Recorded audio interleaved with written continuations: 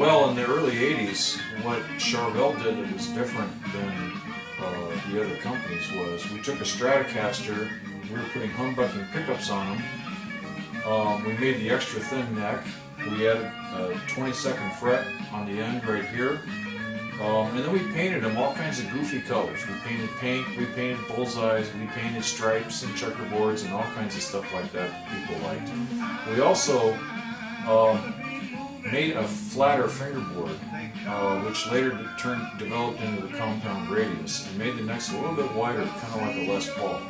So those are the things, the basic things we did that was different about the Charvel from the other guitars.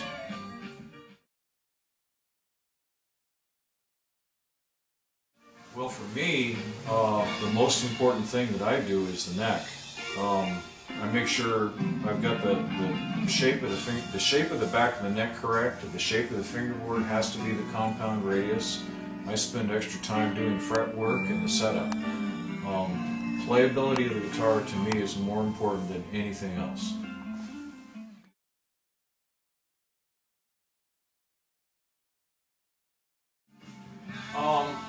The biggest thing that I've seen is I think the production factories around the world have gotten much better at making guitars than they were back in those days. And what it's done for people like me is it's made me be even better at what I do. I still think that nowadays if you want a really well-playing guitar that's got the right feel on the neck and plays really nice, you've got to go to one of the smaller builders. You've got to go to a store like Musicland Key. It's the only kind of place where you're going to find the custom boutique-made guitars that are affordable, and they're not coming off a production line.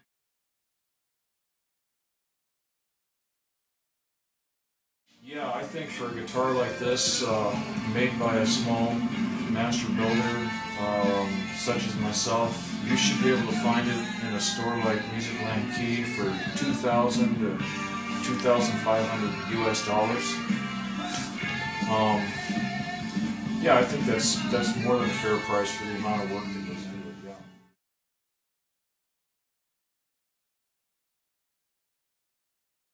Yeah, and generally, you know, the 80s was the era of the hair bands and the heavy metal. So the big thing that those guys always wanted was really low action. They wanted thin necks, flat fingerboards, distortion pickups, and that sound. So that was the biggest thing that we did to try to make, try to meet that demand. And then, of course, we always put fancy paint jobs and things like that just to make them look good.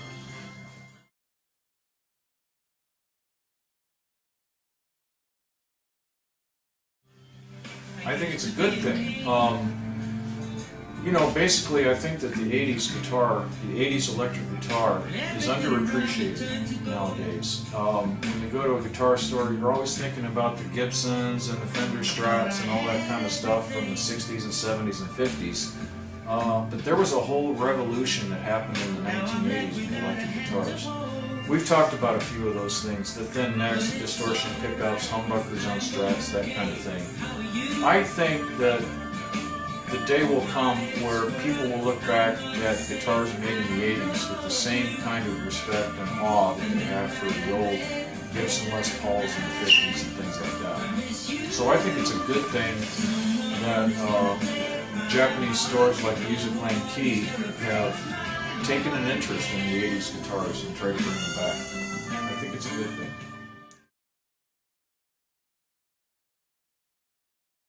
Well, there were a lot of guys that like, 80s are real popular in the US. There are a lot of guys that like that kind of music, that style, and that kind of guitar. They're very popular here.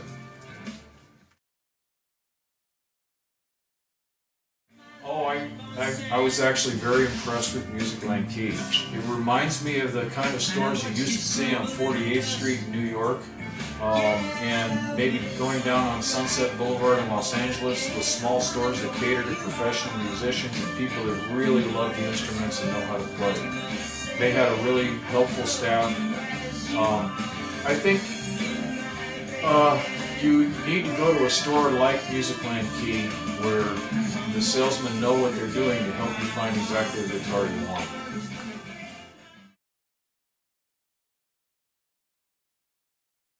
Hi, Musicland Key. Keep up the good work. Hope to see you again soon. Oh, great.